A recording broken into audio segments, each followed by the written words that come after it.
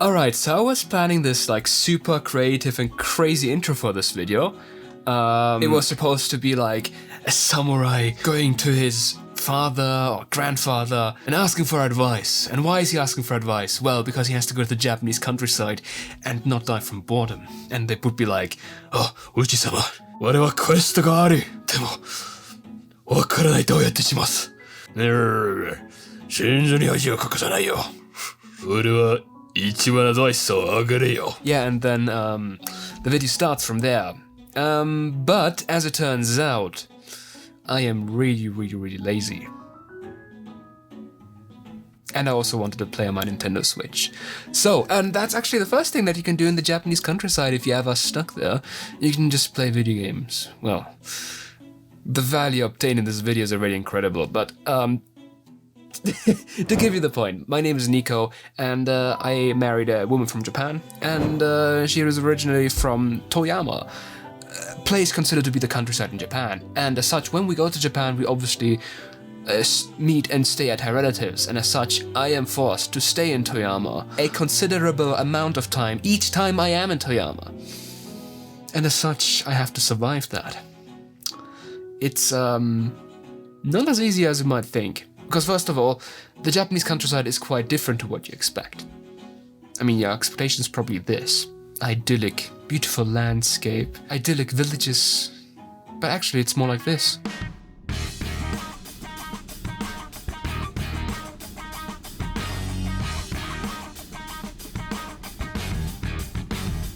It kind of looks like America over there. That's literally the case. America. Yeah. Alright, so in this video I want to show you a bunch of things that you can do in the Japanese countryside to make sure you actually have a good time there. Because actually I did end up having a good time in the countryside. Alright, here we go. Top, I don't know how many things to do in the countryside of Japan to not die from boredom. Let's go.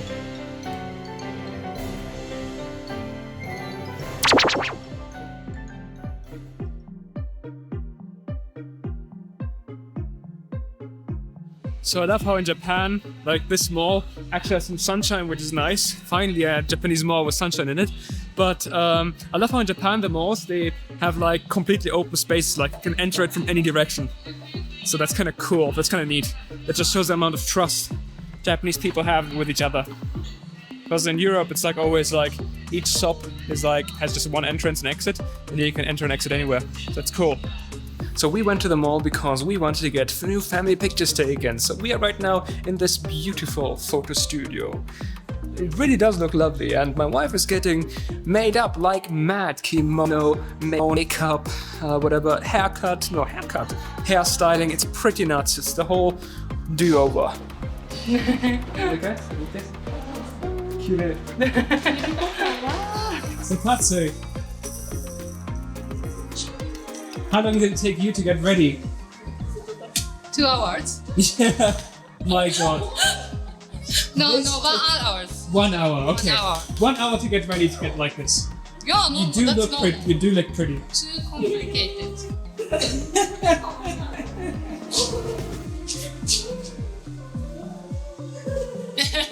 You are very pretty, Tatsui. Oh, ありがとう. And the fun thing about men in Japan is that they're pretty right from the get-go and don't need to get ready. It's the women that need 1 hour to become pretty, and men are pretty right away. That's Japan for you, boys and girls. Men are pretty without trying. Women have to try very hard.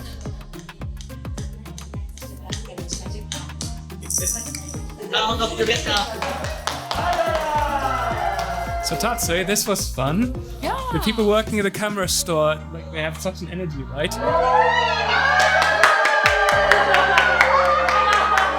They have like this. Disneyland. This is incredible. They were really good, awesome. And that's the kind of service that you get in Japan. Fantastic. Yeah. And you look pretty. I mean, not as pretty as me, obviously, but. Oh, yeah. Yeah.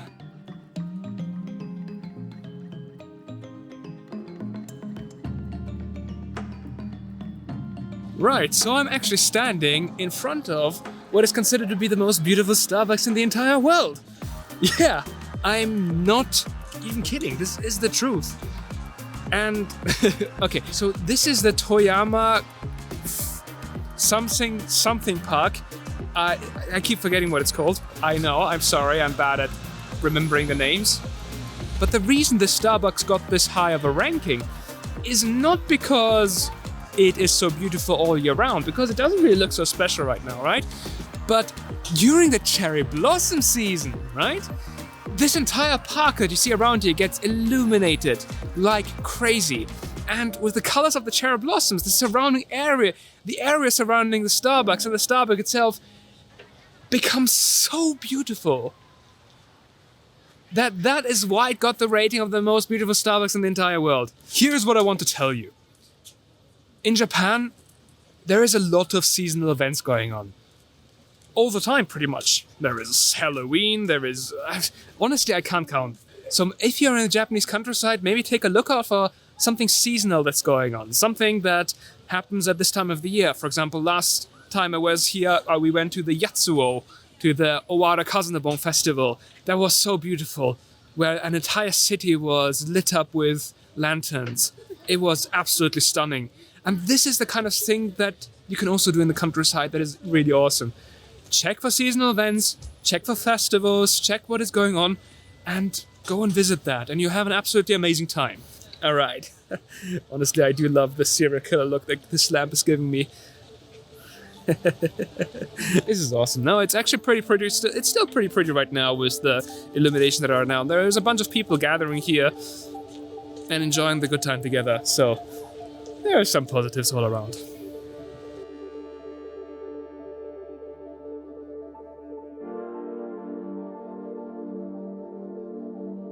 So before we go and eat some delicious ramen right in that store behind us, you should be aware that the Japanese countryside is really, really big on car dependency. So public transport is pretty non-existent to barely functional, so you will rely on a car. That means get a rental car. But you can find some really cool stuff if you just drive around the countryside a bit as well. So that has some upsides. All right, let's go and eat some delicious food. Let's go. So one thing that you can do in the countryside of Japan is you can eat delicious ramen. There's a lot of delicious ramen out there. The only problem is that you typically need Japanese to get around because the menu, there is no English on the menu. And they even mix Arabic numerals with Japanese numerals as well. So you don't even know what the price of the things are that you order. Because the sign here literally says like 1,001 and then 500. But they mix the zeros are not the official Japanese numbers. Yeah. But yeah, it's fun. Looks good. Okay, this looks absolutely fantastic. And look at the size difference between the two Tatsui. Too huge for me. This is yours. No. This is mine.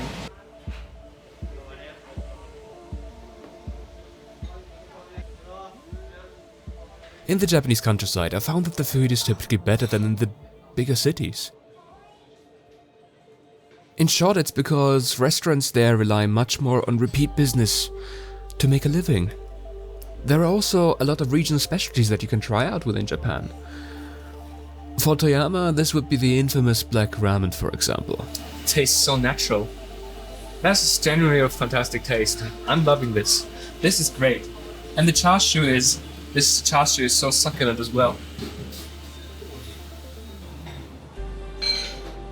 Just really feel like I'm able to relax here in the Japanese countryside. And it's lovely. And that's kind of why I wanted to come here.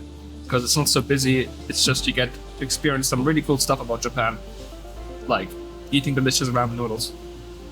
It's like just the store that we found on the side of the street is like this good. I love it. It's just great.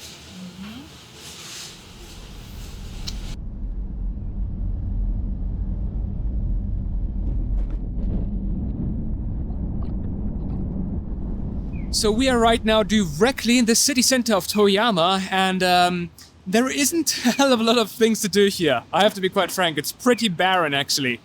Yeah, because of the car dependency of the city, the foot traffic is so low. Like, there is very little public transport. There is like one streetcar that is like tiny. So this doesn't bode well for foot traffic, which means it doesn't bode well for a lot of stores. So there are some stores here for which people come specifically by car if they need specific items to shop. So that means that spontaneous things that are just things you can do just don't really exist here.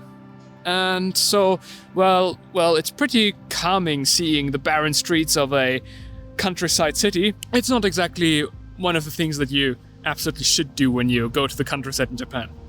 You go to the countryside for the pretty places, not the kind of city centers, right? Oh, but yeah, car dependency is key here.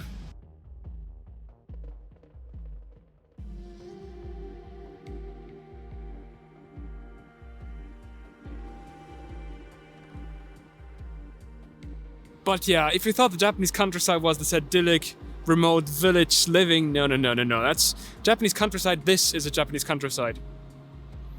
Don't be confused. Alright, let's go to the park. So one of the things that you can do in the Japanese countryside is go to a park. I'm not kidding.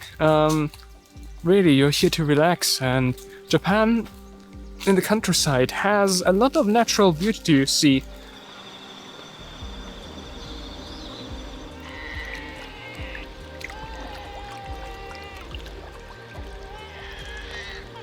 Japan is actually one of the countries in the world with the highest density of forests.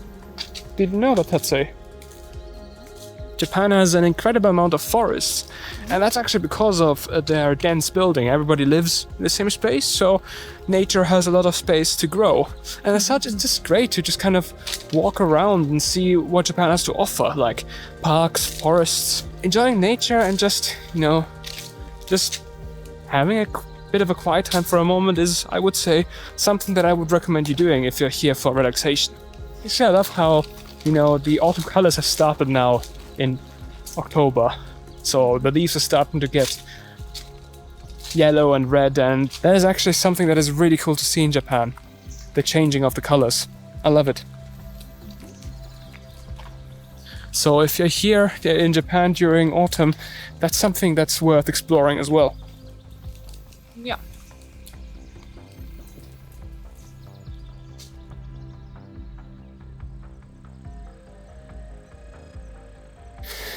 Right, Tatsui. The view here is absolutely breathtaking. I love it. The Japanese Alps over there, the view of the city, the wide open space. It's just so pretty, it's just so idyllic. It's just so relaxing, just taking a break and enjoying the quietness, the laid-backness of the Japanese countryside life. Even though the countryside of Japan really looks like the countryside of America, not like how you would expect. And I think the reason that you can actually take a rest, take a break, I think that's why you should go to the Japanese countryside as well. Like Tokyo was so busy, my god. No, you'll go.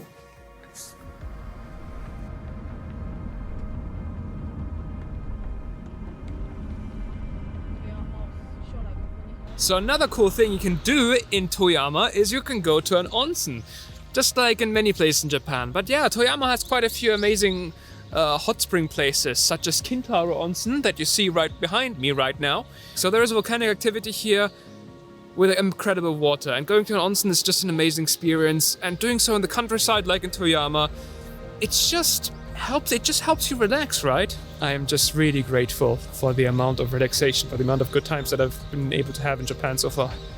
But yeah, I'm gonna go for a bath now. What are you laughing about? You run. Me running Bye. is funny. It's because I'm a little fat right now. Me running looks very funny, so...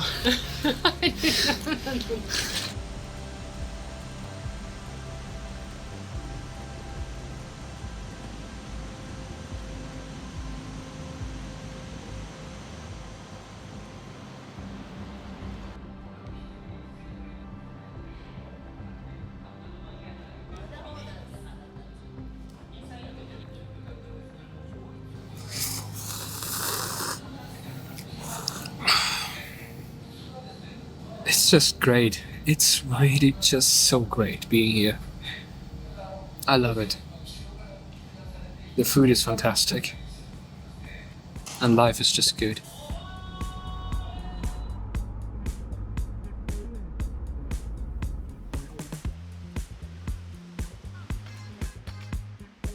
And one more thing you can enjoy in the Japanese countryside is the sunsets. For some reason, Japan has some of the best sunsets that I've ever seen in my life. I have no idea why, how Japan makes their sunsets so pretty, but they really are. I mean, this scenery isn't the best one that I've seen, but well, it is the one I'm having right now, and it's still pretty pretty. So yeah, Tatsui, go and see the sunsets in Japan. Those are absolutely lovely. So beautiful. They really, really are. This is Toyama Castle behind us, and we're actually gonna have wedding pictures taken there in our wedding celebration next year. So yeah, that's gonna be absolutely lovely. But yeah, until then, we'll be enjoying the amazing sunset of Japan. Yeah, that's it for our countryside adventure. Guys, like and subscribe. Toyama, it's pretty fun if you come here for relaxing. Alright, see you next time. The German husband channel. The Red Value. Japanese wife channel. Well, she wishes it was about her. It's about me. Bye bye.